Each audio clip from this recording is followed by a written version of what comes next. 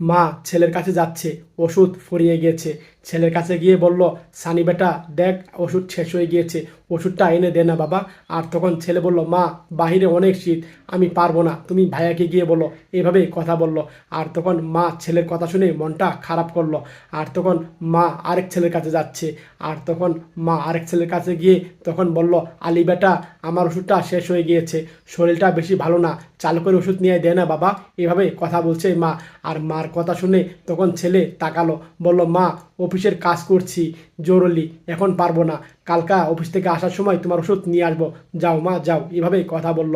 আর তখন ছেলের কথা শুনে মা তো মন খারাপ করলো। আর মা তখন বলল, আচ্ছা ঠিক আছে বাবা, ঠিক আছে, এভাবে কথা বলল। আর তখন মা মন খারাপ করে চলে যাচ্ছে। আর এদিকে মা আসলো, মা আসসালামু আলাইকুম, মাকে সালাম দিল। আর বলল, মা কি হয়েছে, তোমার মন খারাপ কেন, এমন লাগছে কেন? এই কথা বলে কাছে বলল, কই মা কিছু হয় নাই তো, ভালো আছে আমি। কিছু হয় না মানে ভালো আছো মানে? তোমার তো দেখা যাচ্ছে, তুমি কি হয়েছে মা আমাকে বলো। আর এই ওষুধ হাতে নিয়ে তুমি দাঁড়িয়ে আছো কেন, কোথায় যাচ্ছ?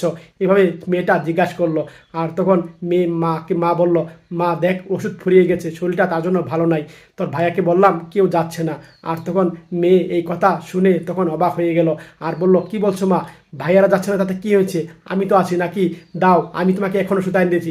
আরে মা কি বললি তুই, তুই মাত্র অফিস থেকে আসলি, কিভাবে আবার যাবি তুই, দরকার নেই থাক। এভাবে কথা বললো। আরে মা তাতে কি হয়েছে, অফিস থেকে আসছে তাই কি হয়েছে, আবার যাবো আমি, তোমার জন্য ওষুধ নিয়ে আসবো। এইভাবে মেয়েটা কথা বলছে মাকে। আর মা মেয়ের কথা শুনে অবাক হয়ে যাচ্ছে। মা তুমি চিন্তা করো না, আমি এক্ষুনি যাচ্ছি। মেয়েটা চলে গেল, পিছন থেকে ডাকলো, কোনো কথাই শুনলো না। সত্যি ভাই, মেয়েরা একটু মাকে বেশি ভালোবাসে, এই তার প্রমাণ। ভিডিওটা দেখে যদি ভালো লেগে থাকে মন থেকে শেয়ার করে দিয়েন, মন থেকে শেয়ার করে সবাইকে দেখার